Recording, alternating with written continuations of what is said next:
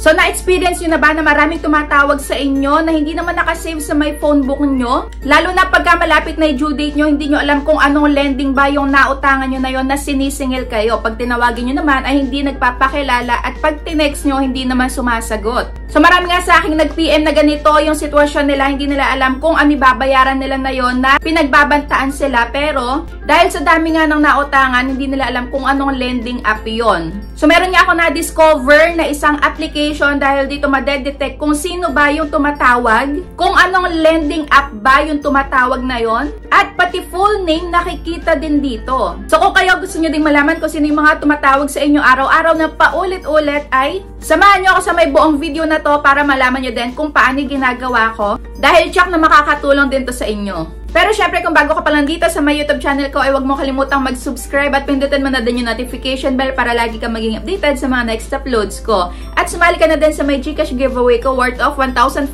kada buwan yan. At sa aking dalawang cellphone giveaway for the month of December. Ayan kung paano sumali. I-PM nyo lang ako dyan sa my Facebook page ko at maging updated lang kayo sa mga ina-uploads ko. At may nilagay din ako link dyan sa may description box sa baba at sa may comment section para sa mga 0% interest sa unang loan nyo. Pwede kayo dyan mag-try pero basahin nyo muna yung loan details bago kayo mag-agree.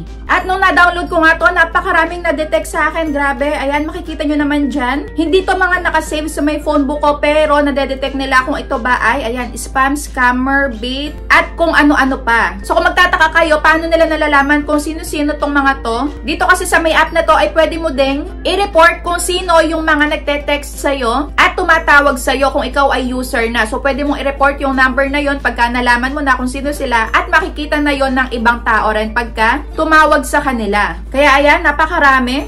Grabe din to dahil kahit na full name, minsan ay nakikita din dito. Short commercial nga lang pala, lagi ko sa inyong pinapaalala na kapag maglo-loan kayo online, lalo na sa may Facebook, at lalo na kung malaking halaga yung ilo-loan nyo, wag na wag kayong papayag na hihingan kayo ng pera bago makuha yung ilo-loan nyo. So, ayun, wag na wag po kayo maglalabas ng pera kung kayo ay mangungutang dahil yung mga totoo nagpapautang ay kinakaltas na doon sa may amount na ilo-loan nyo at hindi nyo na kailangang magbayad ng panibago. Yan, para lang makuha yung ilo-loan nyo. So, yun lang, lagi ko sa inyo pinapaalala, kaya huwag kayong magpapaloko sa mga ganon. Yung app nga pala na to ay ang Who's Call, Caller ID, and Black. Ma-download to sa may iOS saka sa may smartphone. At ayun, ma-identify nga natin kung sino-sino yung mga tumatawag sa atin. Ayan, malalaman nga yung caller ID, kung ito ba ay importante or nakasave sa inyo or ito ba ay, ayan, mga spam na calls. Ngayon naman na isa-set up na natin. So dito, yes, may nakalagay na set up call identification. Ayan, punta lang daw tayo sa may settings and then sa may phone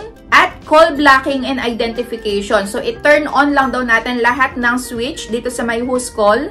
At i-download and install yung caller ID database. So, ayun. Punta tayo dito sa may call blocking and identification. Ayan. Pinagta-turn on ko lahat ng yan. Who's Call 1, Who's Call 5, Who's Call 4, Who's Call 2, saka Who's Call 3. So, lahat ng yan, i-turn on natin. At ngayon, i-download na natin itong caller ID database. At ayun, sobrang bilis lang din namang i-download. Kaya ayan, caller ID is now active na. At na-redirect na nga tayo dito sa may homepage. Ibig sabihin, pwede na natin itong magamit. Ayan, meron dito lumabas na auto-update number database. At meron daw silang Who's Call new feature. So, itry natin to. Yan, lagay lang natin yung phone number natin dito. At meron ding lalabas na OTP. At dito nga may lumabas na data leak from one source. Pwede nating i-on yung automated detection of leak information. Kaso nga lang ito ay coming soon pa daw pala. So, ayan. Dito na tayo ngayon sa may pinaka-homepage. At dito nga sa may auto-spam call blocker, meron nga silang na-detect na 9,187. Ayan, na spam numbers. Kaso nga lang dito, para magamit natin yung full access natin dito sa my Who's Call, pwede tayong magbayad sa may premium. Na ayan, yearly 949 pesos, which is per month, ang babayaran nyo ay 79 pesos. Pero ako ay hindi na ako nagbayad dito. Ayan, i-next ko lang yan. At dito na nga nakita yung top spam number list. Ayan, puro mga scam. Ayan, harassment, Ola, Happy Pera, credit card scammer, loan scam. Ayan, i-pause nyo na lang din yung video na to para mabasa nyo, para makita nyo kung ano-ano ba yung mga tumatawag na to, kung sino-sino. Loan offers, ayan, sobrang dami. At chinek ko na nga din yung call log ko. At At ayun, chinek ko yung missed call na detect nga. So dito may nakalagay, number lang yan, tumawag, nag-missed call pala. Ayan, Mr. Cash pala ito. At ito namang isa ay Fast Cash. Ayan, meron ding lumabas na potential spam number. Meron ding harassment. O, meron pang isa, Junjun Landlin. Potential spam number. Grabe to, di ba? Napakadami, grabe.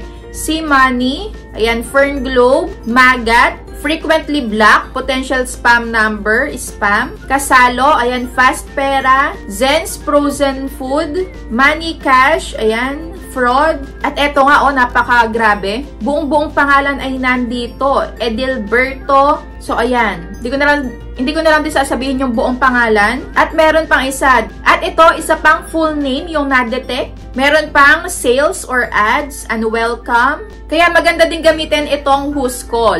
At nag-search nga din ako online kung meron din gumagamit na to. At yes, madalang pa lang yung nakikita kong gumagamit. Kaya kung ako sa inyo para malaman nyo din kung ano nga ba yung pwede nyong gawin para mabayaran, kung sino man yung gusto nyong bayaran na Ola, ay i-download nyo din tong who's call para malaman nyo nga kung sino yung naniningil sa inyo na yon. At dito nga is, para makatulong din kayo sa may iba, pwede nyo i-report dito sa may who's call yung mga number na na-detect nyo kung ano bang Ola yon, or kung meron ba kayong pangaharas na na-receive dito, or meron kayong mga pagbabanta, mga threat. Ayan, pwede nyo i-report dito para makita din ng mga ibang gagamit.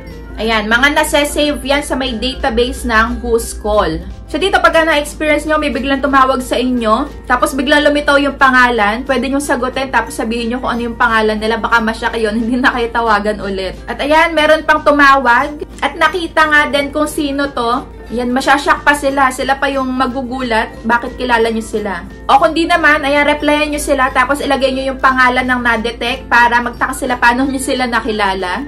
At meron pa nga ako isang nakita na ginagamit yung Telegram. Sina-search doon yung number nung tumatawag sa kanila ng paulit-ulit. At pagka gumagamit din, yung may-ari ng number na yon, maaaring makita nyo pati yung picture nila. So, karamihan din kasi ngayon sa may agent ay meron ding Telegram. So, yun lang. Kung gusto nyo mag-try na to, ay pwedeng-pwede nyong i-download. At kahit na hindi kayo magbayad, magagamit nyo pa din naman to. At isuggest nyo na din to sa iba nyong kakilala. Dahil baka makatulong din. So, yan. Comment nyo na lang din dyan sa may comment section kung nasubukan nyo na to at kung ano yung experience nyo.